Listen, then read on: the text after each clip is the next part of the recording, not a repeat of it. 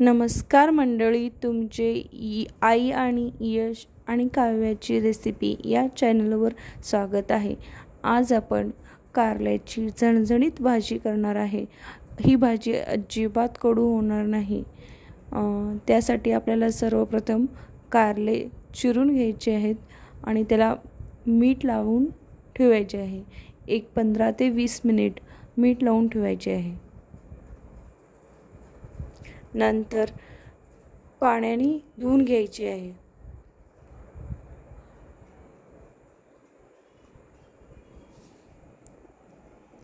पाण्याने धुतल्यानंतर आपल्याला तुम्हाला हवे तसे कारल्याचे काप करायचे आहेत, लहान मोठे।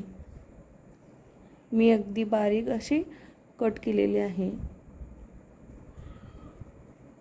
अशा पद्धतीने तुम्ही कारल्याची भाजी केला तर भाजी अजिबात कडू होत नाही। कारल्याची भाजी शरीराला खूप हेल्दी असते। ज्यांना शुगर आहे त्यांनी निदान आठवड्यातून एकदा तरी कारल्याची भाजी खाल्ली पाहिजे।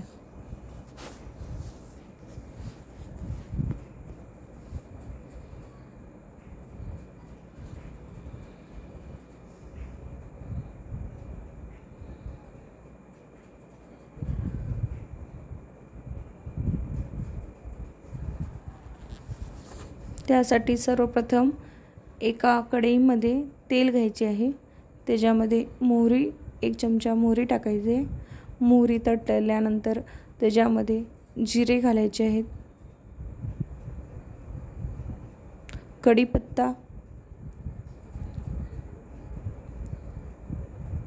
2 मोठे कांदे उभे चिरून घ्यायचे आहे आणि कांदे घालायचे आहेत आणि कांदा लालसर असे परतून घ्यायचे आहे।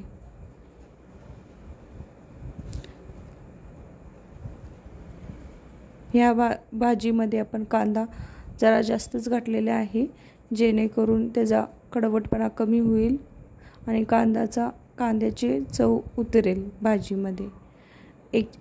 एक 7-8 लसणाची पेस्ट घालायची आहे। नंतर आपण बारीक केलेले कारले तेलामध्ये परतून घ्यायचे आहे।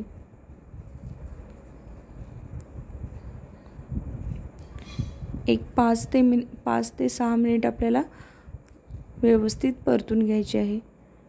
तुम्ही झाकून सुद्धा ठेवू शकता, जेणेकरून वाफेने कारले मऊ पडेल, शिजेल।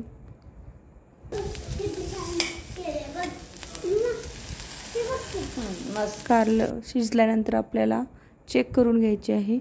नंतर वरून आपल्याला कोथिंबीर घालायची आहे। नंतर 1 चमचा लाल तिखट, पाव चमचा हळद,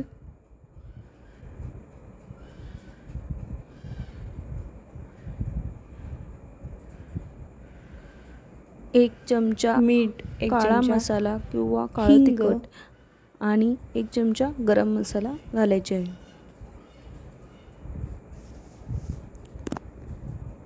चिंच भिजवून ठेवले होते मी आधीच, त्याचे पाणी घालायचं आहे, चिंचेचं पाणी।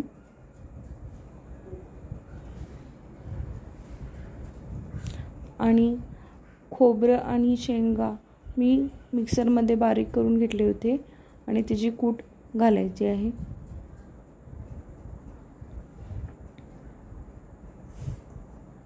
आणि आवश्यकतेनुसार पाणी घालायचे आहे। पाणी घालून झाल्यानंतर आपल्याला 1 मोठा खडा गूळ घालायचे आहे।